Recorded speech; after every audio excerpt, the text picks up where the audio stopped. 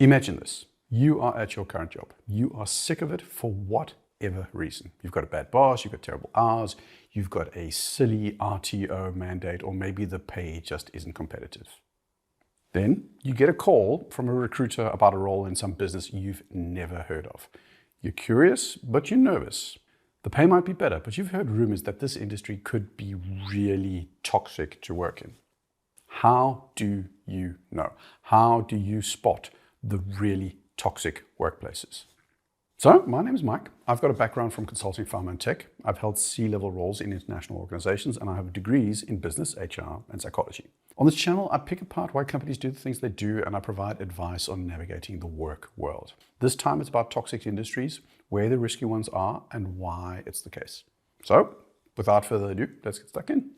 We have another woman this morning telling her story in graphic detail, accusing Harvey Weinstein and adding to the list that has now grown to more than 60. The scandal has put the rest of Hollywood under a spotlight even brighter than they are used to, forced to answer questions about what they knew and how the industry and the country need to respond. Whether it's core Hollywood, the Weinstein Group, Harvey Weinstein, working for Ellen DeGeneres, or any number of stars and executives in the entertainment industry, this is something that massively ups the risk of toxicity. The entertainment industry across lots of countries is well documented to have scandals, overt abuse, harassment, humiliation, and abuse of power as common themes. And why does this happen in specifically this industry? And there are essentially two things at play, which to some extent are commonalities in other toxic industries as well. Specifically, there's a premium on star and executive power. And if you don't do it, you're fired. And I see you do it again, you're gone. And anyone on this crew does it. That's it. And you too, and you too, and you. Could you ever do it again? Having the influence of Tom Cruise or Harvey Weinstein or Jeremy Clarkson or Roger Ailes has the risk of leading to overt misuse of power. These are people that command so much influence over a studio, a film set, a movie studio, or even a newsroom, and whose whole commercial value is so astronomical that few checks or balances are put into place to control these people. These are people that have special contract writers giving them special treatment to start with. And this is also executives who single-handedly decide whether or not you get to be in a movie or to host the weather report. These individuals are put in a position where power corrupts massively, at least potentially. The organization is typically dependent on these people, and it's usually unwilling to stop them or is incapable of doing so. Second, it's a highly relational and insular industry where powerful people can make or break you if you're at an early stage in your career. This can be misused. Favors, untowards quid pro quos, these things become common, and the unknowns hoping to get a break accept these behaviors out of fear of reprisal and out of fear of losing out of their potential break. The software and gaming industry is also rife with examples of toxicity. Here, harassment also plays a part, though mainly for different reasons. This is a highly male-dominated sector, so being a woman is typically a challenge. More importantly though, gaming in particular is characterized by being high risk with long development cycles, and the guarantee of commercial success is low. It's also an industry that generally attracts younger staff. The older people, they go to Microsoft and work with cloud or whatever, but the younger people, they want to go to games. The appeal of becoming a game developer is just higher for younger staff. You know, they are dreaming of working on cool games with cool technologies. Those two dynamics often lead to working environments where the salaries are low, because it's expensive to make a game and the earnings potential is usually unclear, and where the pressure to work excessive hours is incredibly high. So crunch time, the practice of working 60, 70, 80, 90-hour weeks for months, if not years on end, are commonplace across this kind of industry. The relatively large supply of people willing to get into the industry and put up with this kind of work pressure means that the individual staff also become highly replaceable. Employees essentially become seen as code robots, and they churn out code or other digital assets at an unsustainable pace with little to no upside other than getting in-sector experience. And once the game is released, the companies often have a practice of firing entire teams because there's no new game in the pipeline. This transactional view on the employee also makes this churn and burn management style incredibly common. This is still a relatively new channel, and you are probably a new viewer to this channel. If you are enjoying my content, then please click the subscribe button. It helps out massively. I'm trying to grow this little community. Careers and that kind of stuff is not that big on YouTube, but let's see if we can make it with this channel. Thanks a ton. The commonality between law firms, consulting firms, and some private equity organizations is the nature of the ownership structure. At Deloitte, McKinsey, or some American law firm, there's not a single CEO. There's not a representative board, and there's not true external oversight. There are partners. Partners own a share of the company. Each partner earns revenue for the company. This has got two implications. One, the individual partner has a say in everything relating to the business. And two, the individual partner makes a measurable contribution to the company's profits. That partner taking their clients and leaving can have a measurable impact on a partner firm's performance, especially in smaller partner firms. At Deloitte, a single partner is to some extent just a cog in the wheel, but a partner at a firm of 5 or 10 partners, that one partner has an outsized influence of the size of the paycheck of all the other partners. This can and does lead again to misuse of power. This goes from overt criminal harassment to general toxic leadership. Go to any consultant in any firm and ask them which partners you should be working for. Every consultant, every lawyer knows who the psychopaths are and who the good partners are. Younger aspiring lawyers, consultants, auditors, they'll attempt to navigate these waters and find the partners that are worth working for, and they will avoid the ones that they don't want to work for.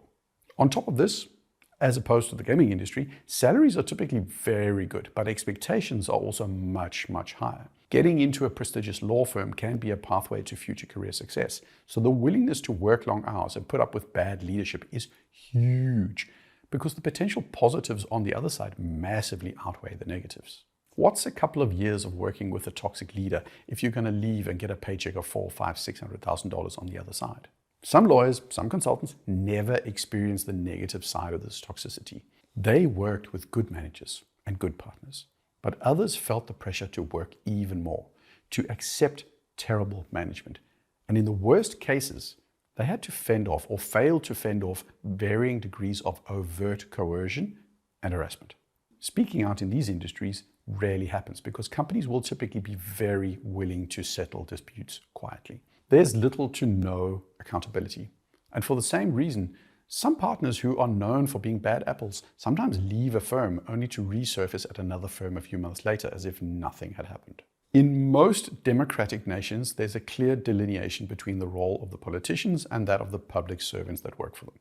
The closer you are to the politics of it all, so working in a ministry or at a tier 1 department, reporting to a political appointee, or at least just very close to the political process, can be incredibly toxic. This is going to vary from department to department and will also vary depending on the politician's policies.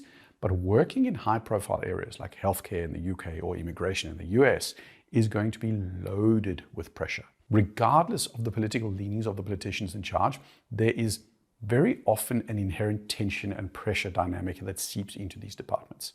These departments are at the front line whenever there's a scandal. These departments have to be available almost 24/7 because there may be a media case that needs urgent attending to, or there may be a political inquiry into actions that lead to a specific political decision being made. And if that political decision has a political or media backlash, then there will be a search for accountability and potentially also a scapegoat. The pressure's huge. The expectations are huge. And the ramifications of making mistakes are potentially hugely consequential. This is an environment where you again see excessive workloads, but you also see something else which is quite unique, and that's lack of tolerance for mistakes, a culture of reprisal, and a fear of making wrong decisions. Seasoned, high-level bureaucrats become skilled at operating in these environments, but for a lot of people, the personal consequences and impact on their mental health is just not worth it. Business. What? You dropped the prices on black. Yes, you did. Bullshit. We started with $20. Bullshit. We started with $20. You know what? How much is the mile now? $2.75? You know what? What? Some people don't like to take responsibility. They blame everything in their life on somebody else. Email for town card. Good luck. Startups in general also tend to have a higher risk of toxicity, and it comes down to some themes that you're likely noticing are common to other industries as well. Startups usually become toxic first and foremost because of the owner. The owner has their money on the line. The owner is passionate about their product. And if they're the screaming at you kind of guy, this is the kind of culture that will grow to be common in that company because that's what everybody else will see. On top of that, it's a part of the economy that attracts people in hope of future success. Salaries aren't usually that high, but the promise of a huge equity payout after that all-important IPO is always there. And on top of that, in a small, fast-growing company, managers are often inexperienced. There are no policies to regulate bad behavior, and being first to the market pushes everybody in the organization to work themselves to the bone. Leaving early is a sign of lack of commitment. Not going out and partying with everybody is seen as anti-social. Cultural fit is almost always more important in hiring than skills, and unwillingness to go the extra mile makes for an environment that is far from the secure and predictable corporate organization like Microsoft or IBM or Apple. Fashion might as well have been lumped in with the whole entertainment industry. This is more obviously over towards the modeling side of it, but again, this is an industry where power is controlled by a small number of key influencers, where the access to career progression is in the hands of a few individuals, and there are large numbers of young hopefuls that just leads inherently to misuse of power. Advertising is also in this group. This is an industry that still has a common practice of runners and unpaid interns and eccentric individuals running agencies, and there's a huge power imbalance that just massively elevates the risk of toxicity. Carpentry, construction, that kind of thing, it's not necessarily toxic by default, but for women in particular, it can be more than a little toxic for them. The reality is that a lot of trades are still dominated by men. The cultures of these workplaces can, to this day, be characterized as direct or rough or competitive and also unregulated. Construction site lingo is what an office worker might call colorful. The tone is going to be more direct and it's potentially abusive, and often at least there's some level of camaraderie that can sometimes creep into bullying and hazing and harassing. For men, the unpleasantness is more often than not limited to differing degrees of hazing, which in and of itself can be problematic. But for a lot of women, the tone and interactions with colleagues often progress far past any individual's own limits. This is from sexual innuendo to more overt harassment, and still far too common. Again, because these are often really small workplaces with little to no external oversight, the options to call out unacceptable behavior are few and far between, and the personal consequences of going to the boss can negate anyone's desire to speak up. Haiti then was reeling. Its devastation after the earthquake and its desperation were acute. Help poured in from around the world. But among the thousands who worked tirelessly, Oxfam discovered, to its horror, that some of its staff used local prostitutes, some of whom were possibly underage. There were also allegations of bullying and harassment of local staff. Oxfam investigated, and staff were fired. It acknowledged there had been misconduct, but some key details were kept secret. Non-governmental organizations don't have to be toxic, but the risks are there. NGOs survive in part on voluntarism. They survive on not paying the best salaries. They survive on people with a burning desire for whatever is the NGO's mission. And the reason there's toxicity often in these organizations boils down to a phrase a good friend of mine once introduced me to. And it was, so basically you're complaining about your working hours when the people we are helping have no roof over their heads. And the sort of phrase says it all. The call to the purpose outweighs the boundaries of the individual employee. You don't get to complain when the people we are helping are dying. On top of that, there's no money to train leaders. There's no money to invest in staff engagement and well-being. What money there is flows, at least in theory, to the cause that has the need. And you're oftentimes left within an organization that justifies bad leadership, bullying, exploitation with this call to sacrifice.